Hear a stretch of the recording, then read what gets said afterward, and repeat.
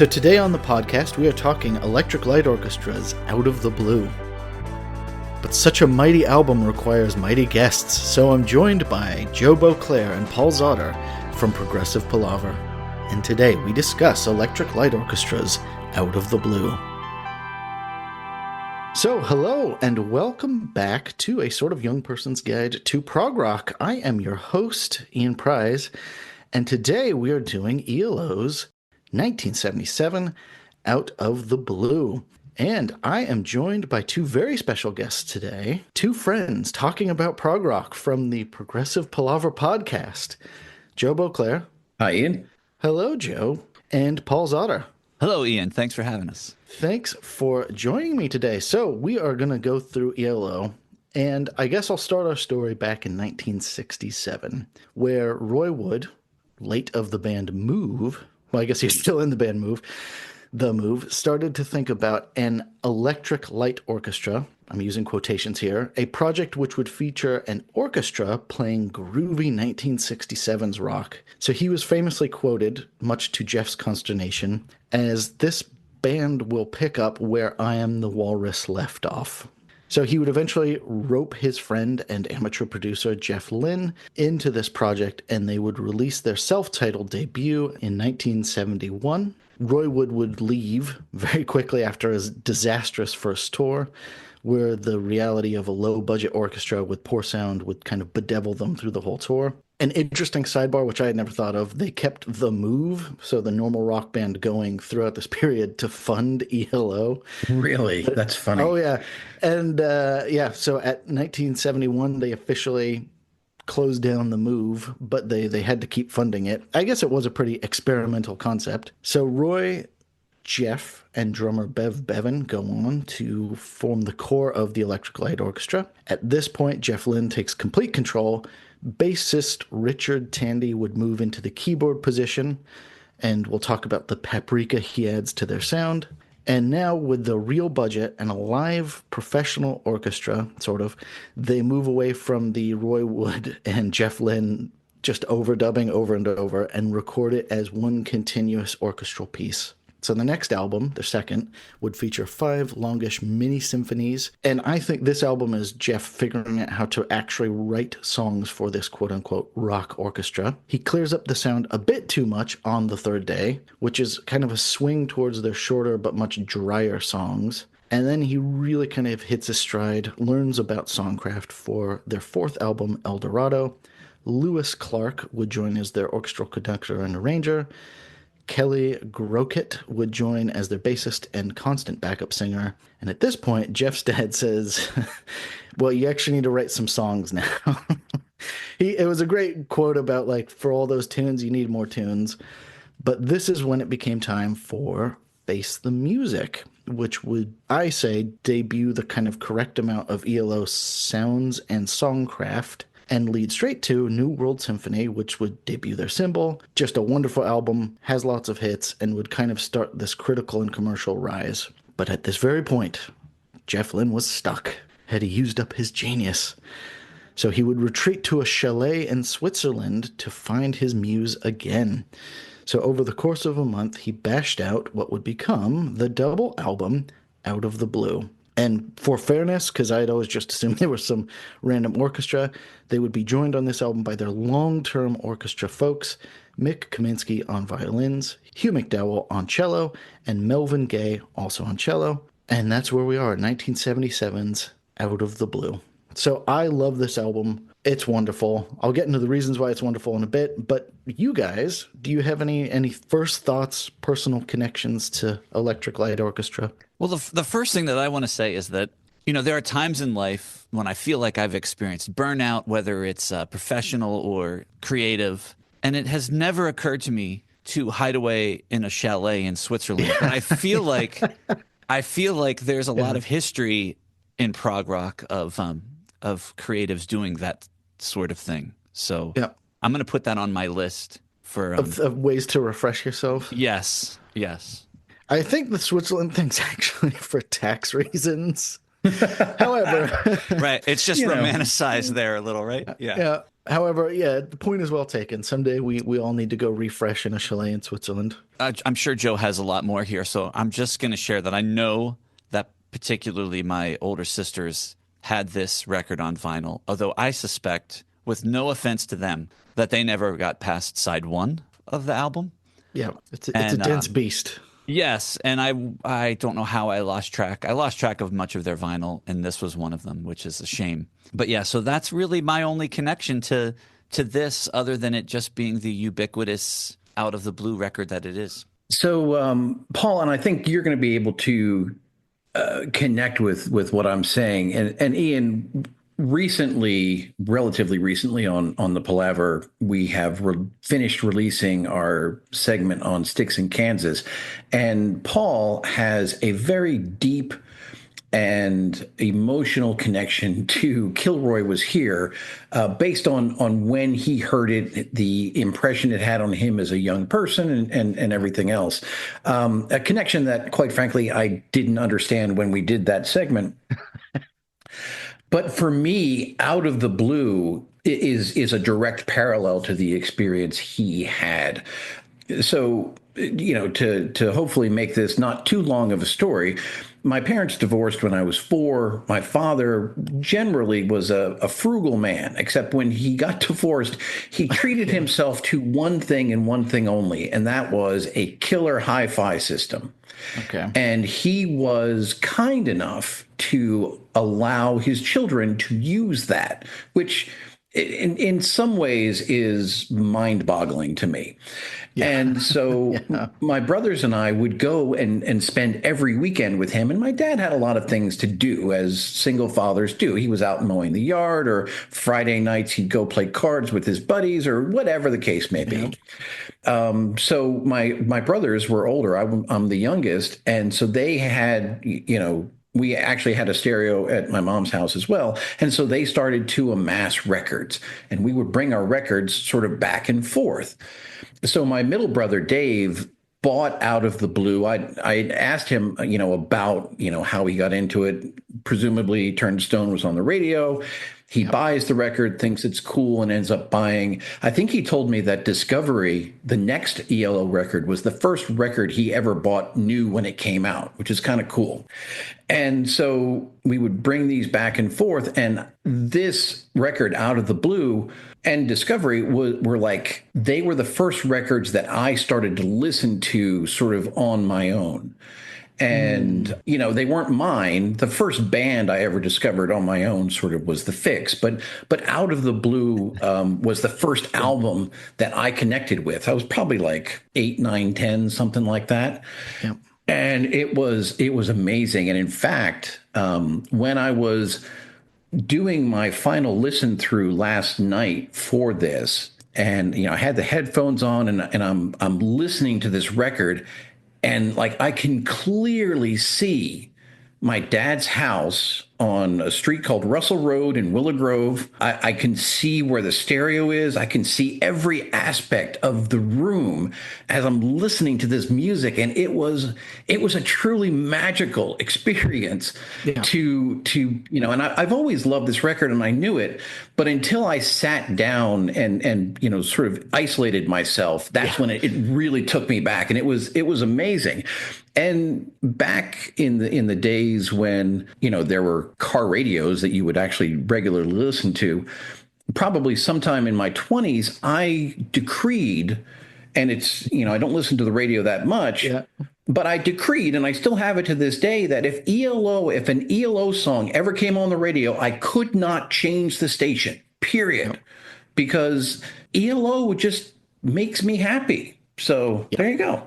That is powerful. And I was going to say, I'm glad that this record is that to you, because I approached ELO as a greatest hits band for the longest time. And I'm so glad I found them as an album band now, because as you're alluding to there, these albums are actually pretty profound in their way.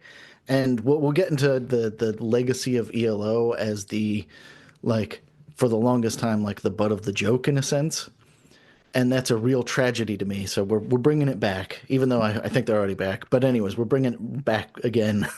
I like it, and it's funny when you mentioned in your intro about like the first tour and the awful sound and everything else, because one of the things that sort of hits me. I went to see Jeff Lynne's ELO in 2018 when they came through Dallas, and they played at the big basketball arena, the American Airlines Center in Dallas, which I've seen a bunch of bands there, and notoriously it's a crappy sounding venue, absolutely terrible. And I was truly stunned when I went to see Jeff Lynne's ELO, and the sound was as good a live rock sound as I've ever heard anywhere. And I was like, wow. And I was talking to my brother about it. And apparently Jeff Lynne, throughout his career has become quite I don't think audiophile really covers what he does. But apparently he's got a studio in his house, and he has sort of mapped out and understands the sonic characteristics of each room in that house. And so if he wants a certain sound, he's like, we got to go to the dining room. We got to go to this bedroom, whatever the case may be. So, from such small beginnings, Jeff Lynne has evolved into a master of sound. It's truly stunning. Yeah. And I was going to say, I wonder, like, also that, 1971, I imagine, physically trying to tour with, orchestral instruments must have been brutal. But the actual on-the-ground live technology from 1970 all the way to nowish, it must just be so gratifying for him to be able to mic up cellos and stuff like that. And also that you're not playing in like a Birmingham bar. You actually get to play in a place with padding, and you can kind of like control the acoustics.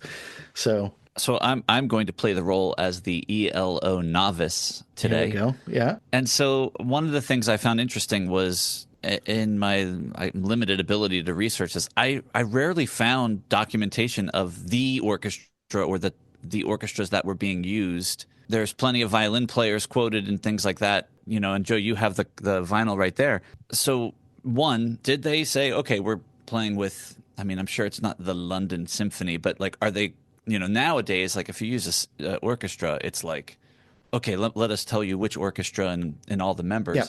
And then on the tour today and yesterday, were they trucking out, and do they truck out an entire orchestra? Or is it like, are they doing the samples, the sequences and the recordings and all of that? I'm just curious because I've never seen ELO live, and I just don't know. So I'll let Joe jump in a second if you actually know the answer, because I'm gonna swing for the fences here. So I know for sure on this specific album they use, I don't know if it's the Munich Symphonic Orchestra or whatever, but they use an orchestra in Munich, Germany. So that's what they use for this, and they do use an orchestra. They do have orchestral people who have constantly toured with them. So the three I mentioned have been with them for the whole kind of classic stretch. In 1970, I think they had like 5 people with cellos, and it did not look that groovy.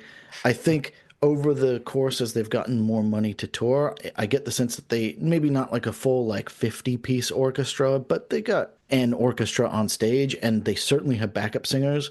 Yeah. I know for a fact they also, at least on this tour, used pre-recorded backing as well to fill out the sound. Gotcha. Okay. So I don't know what they're doing now or then or anytime. Yeah, and that's certainly consistent with what I saw in 2018 as well. There's enough string players on the stage to look good, but it is much different proposition in the modern era. And I think, without getting ahead of ourselves, the use of the vocoder is probably genius to, especially from the vocal perspective, to fill up some of that space, because it's all present in the recordings. Yeah. I guess we'll kick off with, if you've read anything about ELO, one comparison to one band comes up time and time again, and it's inescapable. And it's, of course, Emerson, Lake and Palmer. So I personally, I don't know why. And I think it was because Emerson, Lake and Palmer, I've been doing this podcast for long enough. and they are the most quote unquote symphonic of the classic podcast folk. Now, they're not the same band at all, but spiritually, I actually love bands that take big swings. And I think because it's kind of got a oh ha ha ha, Jeff Lynne's just doing like pop, orchestral, disco, whatever. The songs are kind of light and fun. I think it's easy to dismiss it, why it feels so huge.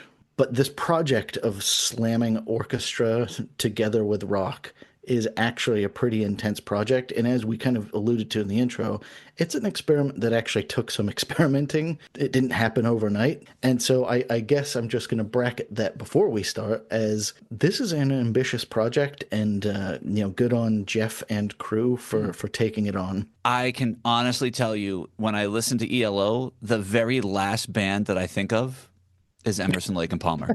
So I find that fascinating. Yeah, and it's funny, when I was looking at your notes, Ian, I sort of did a double take as well. I'm like, ELP, I would have never thought. I hear exactly what you're saying in terms of, sort of the scope and all of that. I too am not at this point as familiar with ELP as I probably should be. Yeah, like with Paul, I wouldn't have thought it, but I'm not disagreeing with your fundamental hypothesis. And I do think it's, what ELO did and tried to do, I think does deserve a little bit more credit than maybe they normally get. I even found that, doing the sort of critical listen through of this record, there's actually more going on here than you maybe perceive if you're just listen. I've been listening to this record since, like I said, I was 8 years old.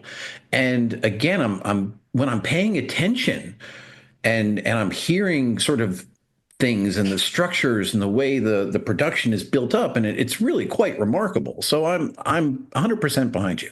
And I was going to say, I think to that point, ELP is also a band with intricacies.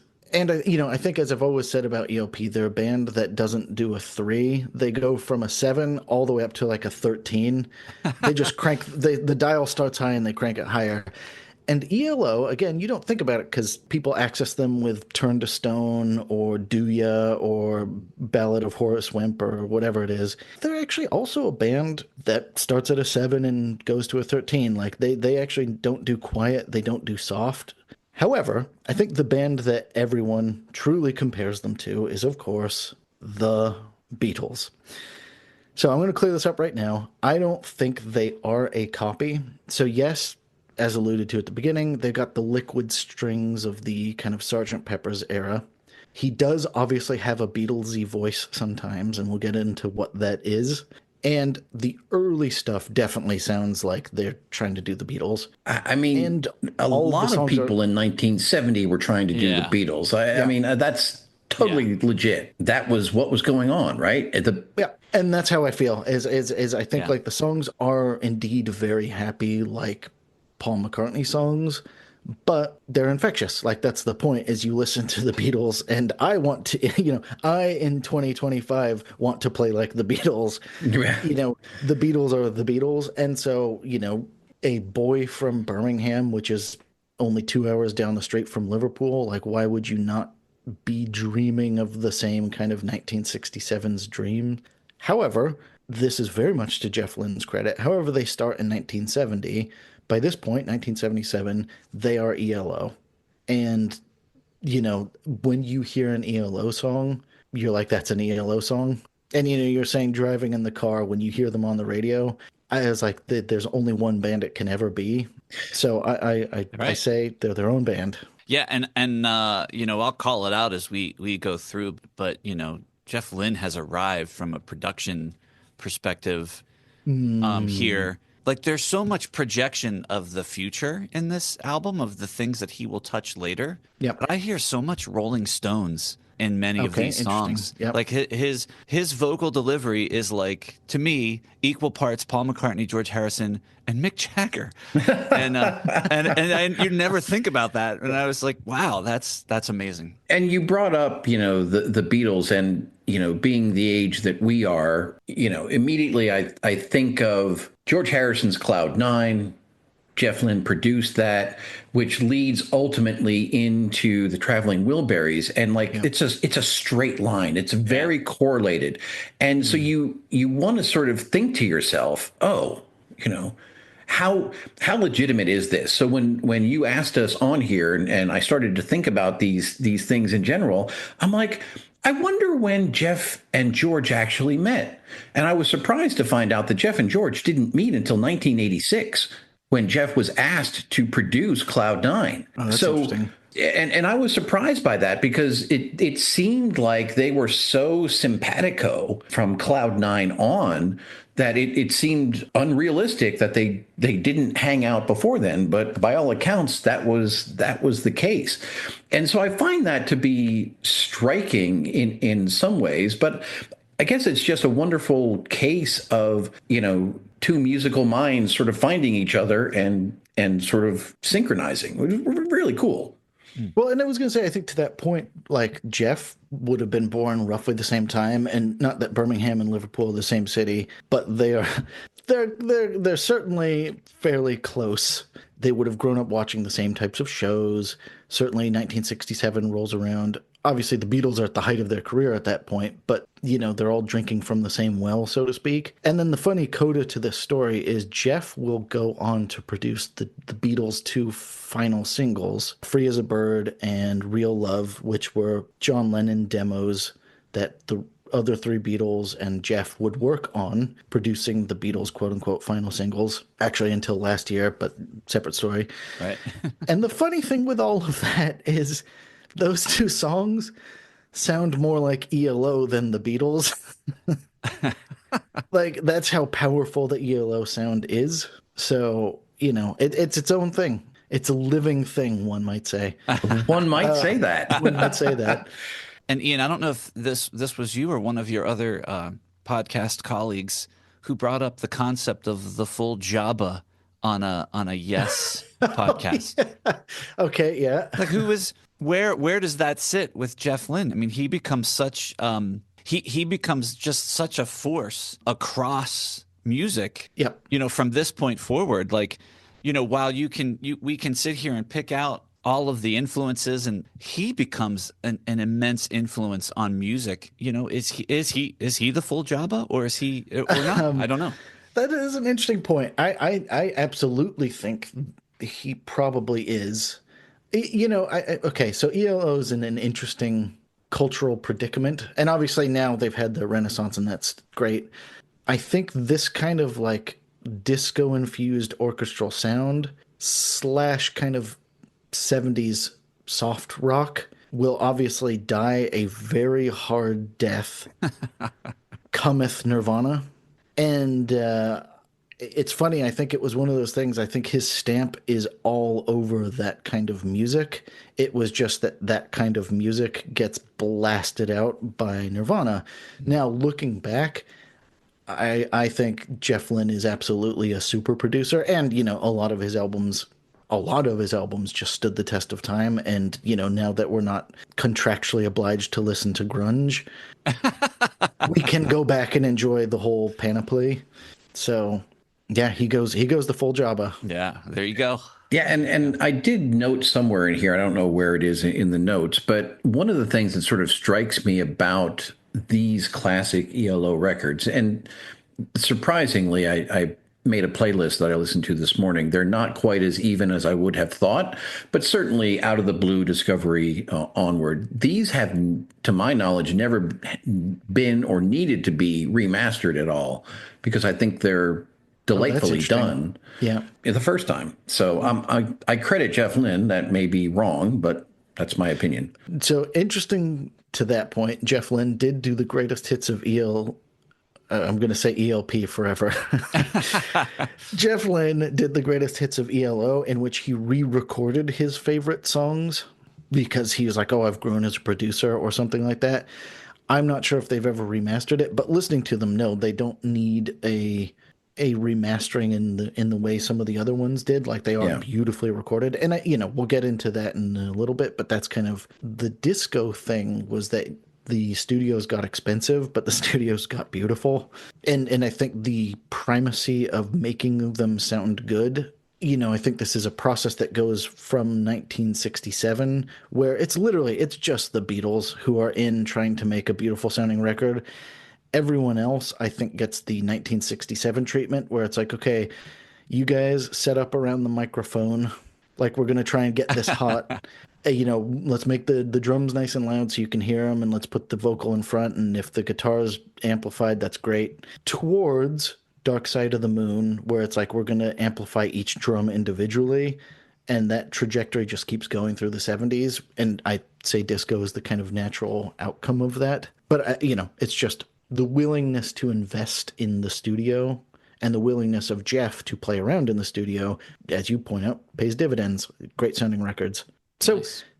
to the actual band themselves, so Jeff Lynne had two right hands, um, one of which was his drummer, Bev Bevan, who had been around since the move. I feel bad to say this because, he sounds like a really nice guy. His drumming was absolutely incredible for the first albums. Like, you can actually hear him go for it.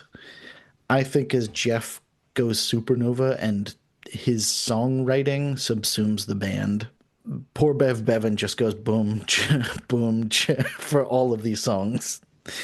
And I think it's the same trajectory that Nick Mason goes on in Pink Floyd, as it's kind of like, well, the first ones, you know, well, no, and again, this is, I love Nick Mason so much. And I think this is why, in 2022 or whatever, Nick Mason toured Saucer Full of Secrets, because as a drummer, I can't imagine a more fun time where it's like, I'm just going to play some fun drums, groove out, and all that sort of stuff.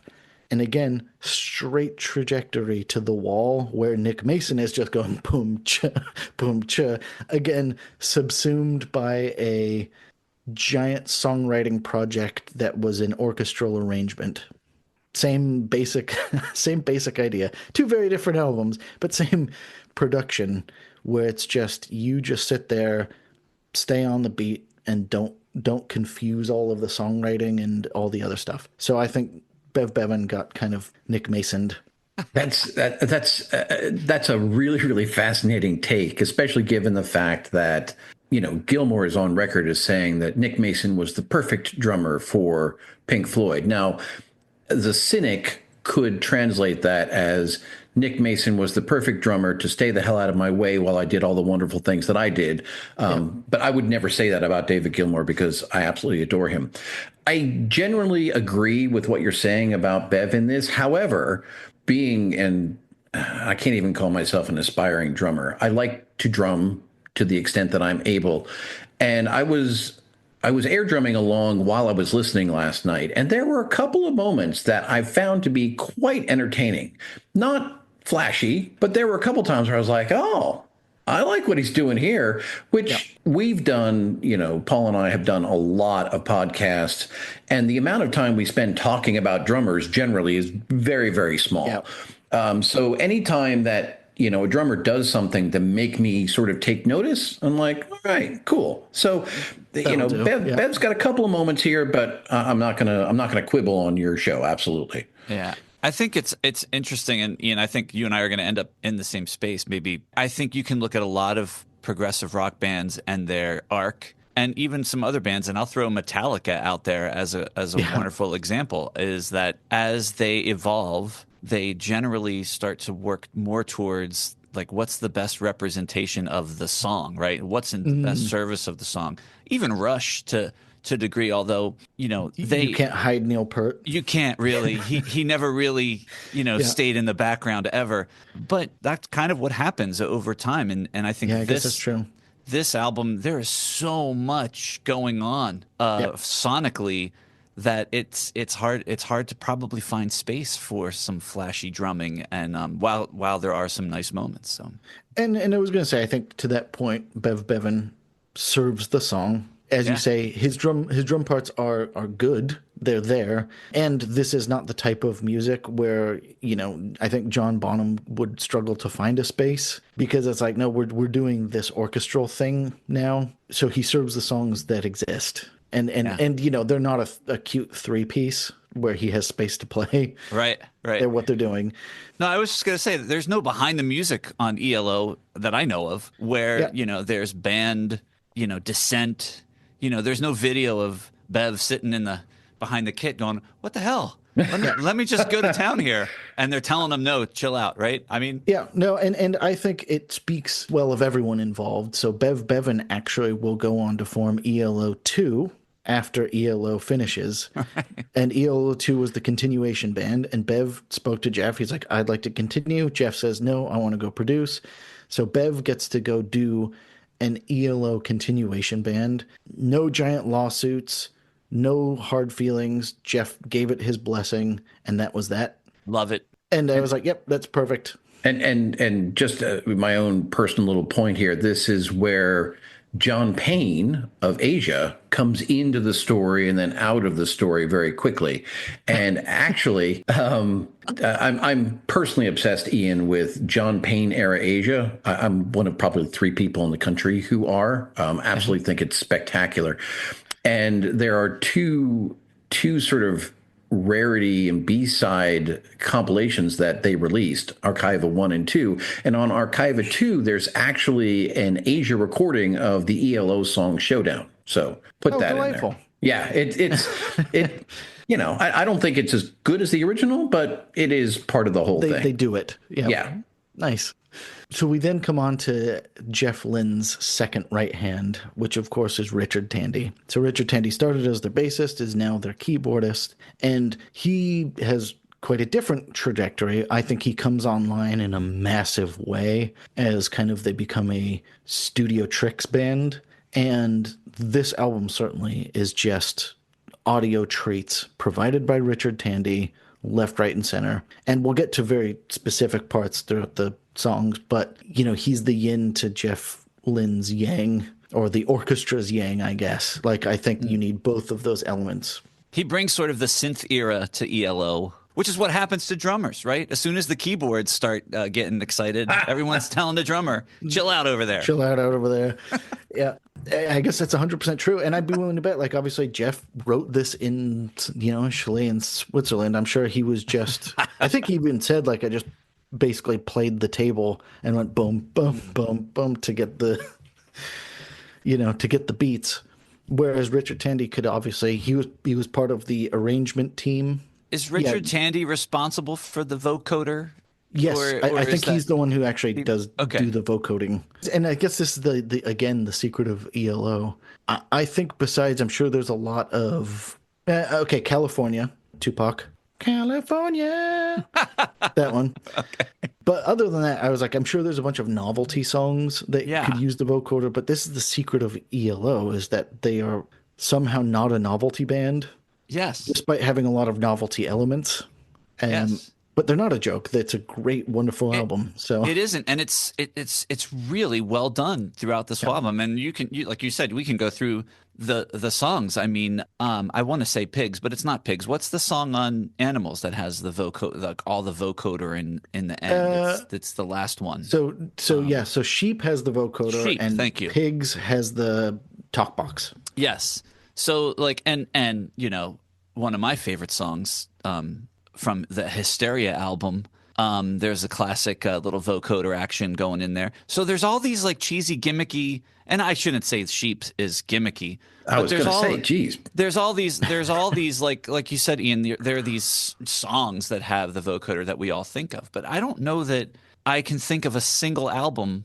And maybe I'm professing my lack of experience with ELO, but like the vocoder is everywhere in this album, and I don't hate it. It's not cheeky, it's not gimmicky. It's awesome. Yeah, I think that describes this album in a lot of ways. There are a lot of facets of this record that could come across as cheesy or gimmicky or not age well, and yet somehow they sort of navigated those waters, and I think it's still a masterpiece. Mm-hmm. Yep.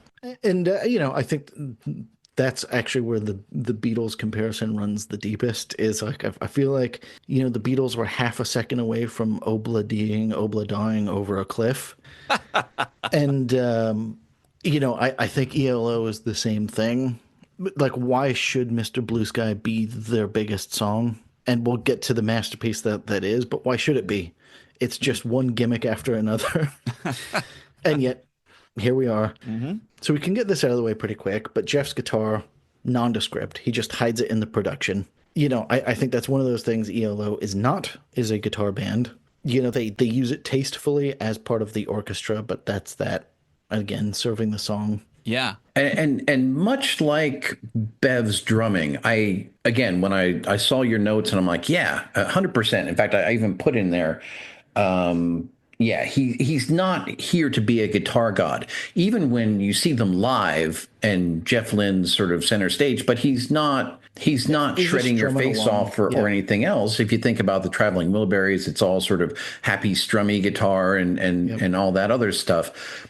That being said, again, on my sort of headphone prep re-listen, there are a couple of times when all of a sudden you're like, Jeff, what's that tone? Yes, please give me more. Yeah. And he's really restrained with that. Like, if it were me, I'd be like, this fucking guitar tone rocks. I'm going to use it everywhere. And Jeff's like, I'm just going to use it a little bit here. It's amazing. I was going to say it's really perfect. And many people will complain about Power Windows and Hold Your Fire Rush being, there's no guitar. And yet the guitar is, to me, some of the most fantastic guitar ever done. And I'm with you, Joe. There are so many places on here where you're just like, you forget you're not even listening for the guitar, and all of a sudden there's this beautiful arpeggio that comes through, and you're just like, oh my gosh, that's perfect. So like you said, Ian, it is really in service of the songs individually. And then there are times when you're like listening, and I'm like, you just hear the acoustic strumming, and you're like, you're instantly transported into the future. Where you'll hear Traveling Wilburys and Tom Petty, right? It's amazing. Yeah. And I was going to say, I think as well with serving the song, Jeff's voice is the same. So Jeff has the most perfectly average British male voice. And this is not a diss. This is, in fact, a compliment. I'd say he brings the soul to these songs. And as I say, average British male voice in so much as it's not Mick Jagger per se, and it's not Robert Plant per se, where it's like, oh, that's a strong fingerprint. It's kind of like his voice as well, just it's in the background. It does everything it needs to do, but his voice is carrying the song. It is the central melodic line, and you hear the little ornaments he puts on all the bits, and the fact that he changes his voice. And I think sometimes you're like, oh, is that George Harrison? But I hear Freddie Mercury minus like 4 octaves. Sometimes it's David Bowie. It always serves the song. Yeah. And he also has a great ear for tasteful choirs and or vocal play. So obviously all of the songs are great for like calls and responses or the choir coming in at just the right time. I think actually because he's not a Robert Plant where he's just like, oh, I got to carry this whole song on one voice. I think he also orchestrates the voices, and that's just wonderful. That really does stand out when you really pay attention to these, the sort of, like you said, the call and response, the vocal structuring of these melodies it's really delightful. I'm definitely a huge fan. I will say, on a personal note, as an amateur car singer, Jeff Lynne sings in the absolute wrong range for me. I cannot sing ELO songs at all. I just can't do it. It's annoying as crap to me, but it's still delightful. Yeah. He does all of these backing vocals, right? All of the falsetto harmonies. I mean, it's so painstakingly perfect. And yet he sings his leads with just kind of this like relaxed, soulful approach. Yep. It's such a great dichotomy right up against each other. That is interesting. Yeah. Especially in the call and response parts. It's really cool. Yeah, and I was going to say that's another interesting point is kind of unlike the Robert Plants where you feel like they're putting every drop of sweat they have into a performance. It is funny, like it sounds like he kind of just sat down, did a one take, and I don't think that's true. I think he did struggle to, like I think he worked through these songs and stuff, obviously, but it does sound so easy breezy. And you're right, compared to the epicness of the choir that surrounds him. So, and I think that's something that ELO is so timeless for in their way, or so summer's day-y, where you can just put on any of their songs, like, yeah, this is nice, because it sounds like he's just singing along to his own songs. Yeah. And yet he still has those moments where he'll like dig in a couple of Yep. times and you're just And like, just ooh. blast it out. Yeah, Yep. you're like, damn, yeah. And when he does that, it's usually very understated as well. It's almost like it's produced in a way that if you're not paying attention, it just rock by you. But if you stop, you're like, wait a second, he's really going to town here too. It's it's quite remarkable. Yeah. So we come to the point of all of this is, of course, Jeff's production. So Jeff's production style. So it's layers and layers and layers. That's the most obvious thing. It is a wall of sound, and it's very compressed. So it's very big, but it's very even. It's also very reverbed. And as such, I think that's probably why the guitars and the drums really got simplified. Like, they're not a strong element to the sound. It's the pad up at the front, be it orchestra or synth. And then the songs kind of just groove. His voice is very compressed. It's got a lot of reverb. Again, it's just this big, colorful tube of toothpaste coming at you. Like, it's perfectly even. It's perfectly smooth. As I said at the top, comparing them to Emerson, Lake and Palmer, it never goes below a 7. It's always the same even sound. They don't have quiet moments, really. So anyways, yes, Jeff's production. There's times when I'm like, this is the birth of electronic music sometimes when I listen to this. And, we already mentioned, like, he's doing things with, like, layering acoustic guitars while there is, like, literally an entire orchestra going on around it with vocals. And so he really is, I think, way ahead of his time, and yet somehow perfectly captured in the late 70s, which is why, when I listen to this, it's like I'm like hearing Queen, I'm hearing the Bee Gees, and yet all of this, going back to, I think, Joe, you said it, you hear 1 millisecond of ELO and it's them, right? Yes.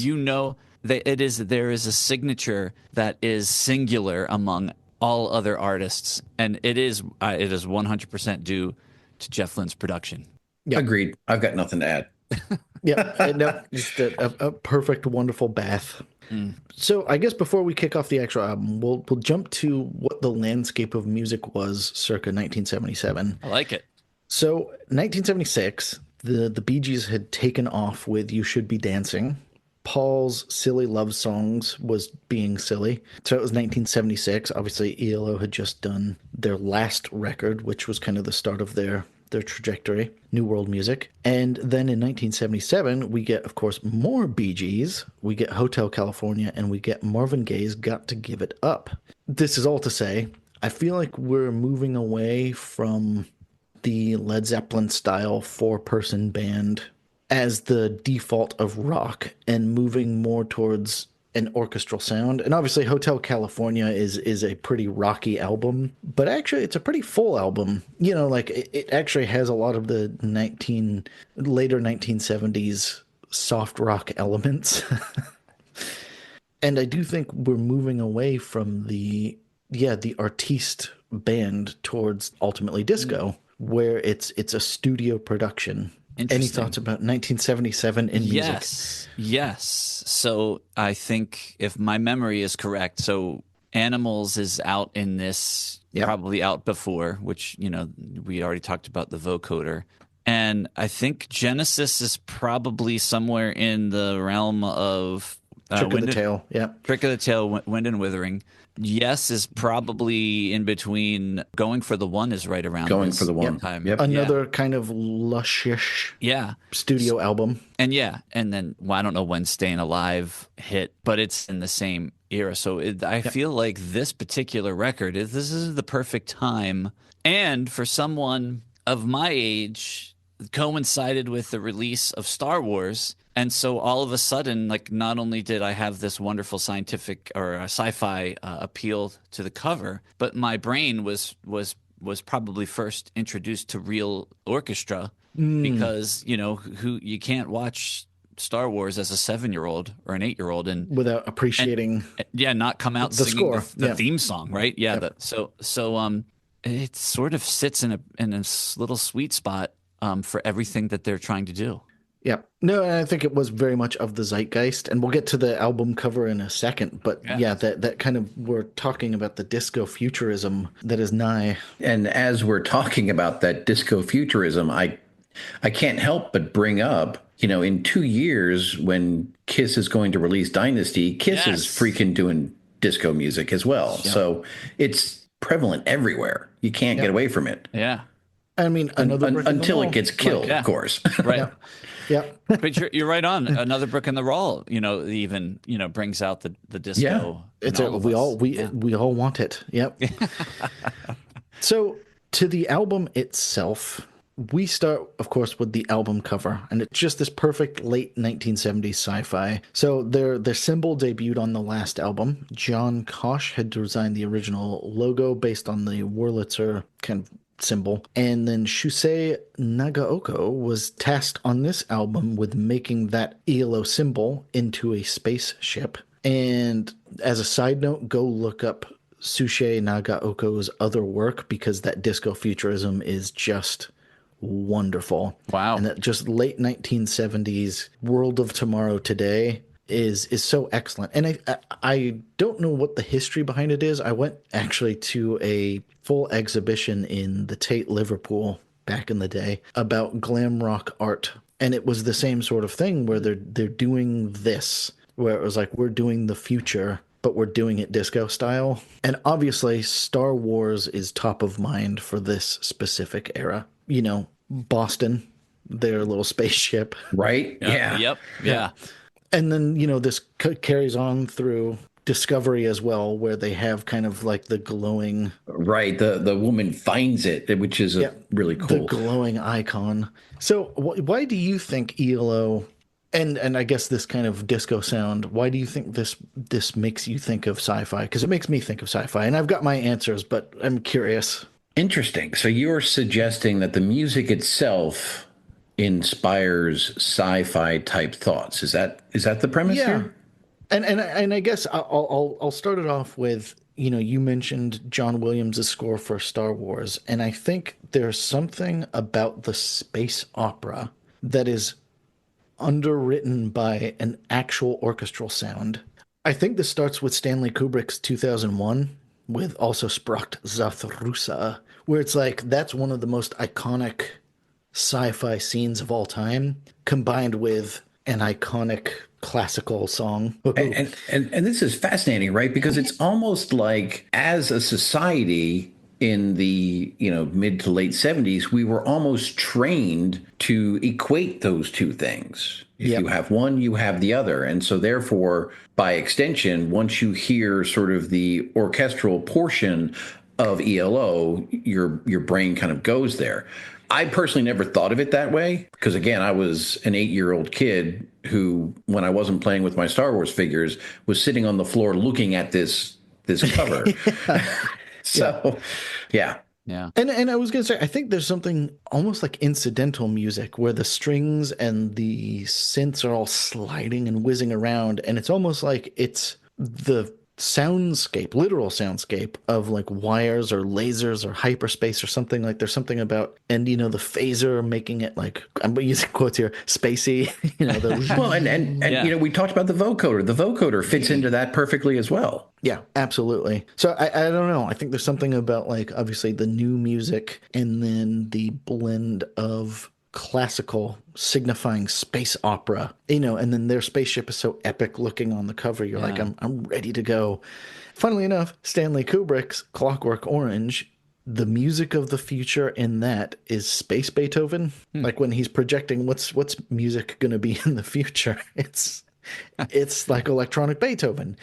And again, I wonder if we're just primed to think of classical for some reason. Well, we've already talked a bit about how this album sounds very much like the short-term future. I think, we've talked many times about how an album cover can just enhance the perception of the music, and across all of ELO, but in this case specifically it does, right? There, I think it's a really interesting match, when you have all these futuristic sounds. I mean, he's pushing the envelope right here. Yes. Right? They really are. And then this album cover just kind of invites you to take that step with them. It's very, very interesting. I never thought of it that way, Ian, but I 100% agree with you. Even today, I listen to it and it sounds futuristic. And It's cool. I think there's a timelessness of the orchestra, especially with all the weird sound effects. I think if you hear a Rolling Stone song, even if it's amazing, you're like, that's from 1967 or 1969 or 1971. You can put it at a place in time. I mean, obviously, yeah, we know that this kind of sounds like late 70s disco rock or whatever. But no, I think there's an element of like, I've never heard music quite like it. And it feels like the future even now. You're right. Yeah. Yep. I will add this, though. I'm not sure if you're familiar with the game Simon, but in the words of Roger Waters, I think there's something actionable here. Is because I was going to bring up Simon, Paul. I'm glad you did. I searched it. It came out in 1978, so I think Milton Bradley got away with one here. It's free marketing. It got all the kids into ELO. There you go. Can I geek out and walk through the cover absolutely, just for a couple of moments here? Because again, my 8-year-old wants to do this. So if we look at the cover, if you will, the 12 by 12 picture, you have sort of the spaceship motif. You have an open docking bay down here, and you've got this sort of shuttlecraft going in, but it's not just a shuttlecraft. This shuttlecraft is very Concorde reminiscent to me. Yeah. Yes. Very cool thinking about airlocks as a 8-year-old kid. Looking at the way you've got the groove for the door to come back up in there. Somehow this shuttle is strapped onto the thing, and you can even see underneath the ELO logo itself. You can actually see into the bridge area, which is really cool, right? Okay, there's depth here. This is great, but this is a gatefold, gentlemen. Oh my goodness, brace yourselves. So on the back, what we see is that this ship is being built on orbit. It's not done yet. There's a bunch of guys who are working back here. You've got superstructures and all that other good stuff. You got little guys floating around out here. So that's pretty cool. But then if you go inside, it has that bridge area with some sort of futuristic power converter structure thing going on. The flux capacitor. The flux capacitor, exactly. So these are the images that I would spend a long time looking at while I was listening to this record. It still to this day just geeks me out. So appreciate the indulgence. No, and I was going to say, I think to that point, so Shusei Nagaoka, is a sci-fi artist. And I think that's the whole point, is it's a world you can dive into. It's not some, arbitrary symbol or whatever. As you say, both in the painting and in the art, he is making the spaceship.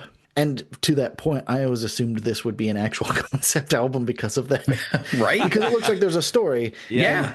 Like fun story. There's absolutely no song on this album that's actually about the future.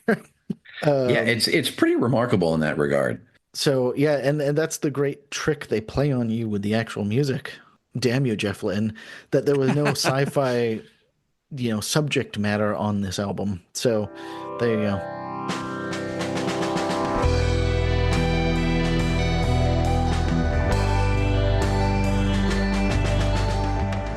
So mighty guests lead to mighty conversations, and as you might have noticed, we are about an hour in and haven't even touched on the songs of Out of the Blue.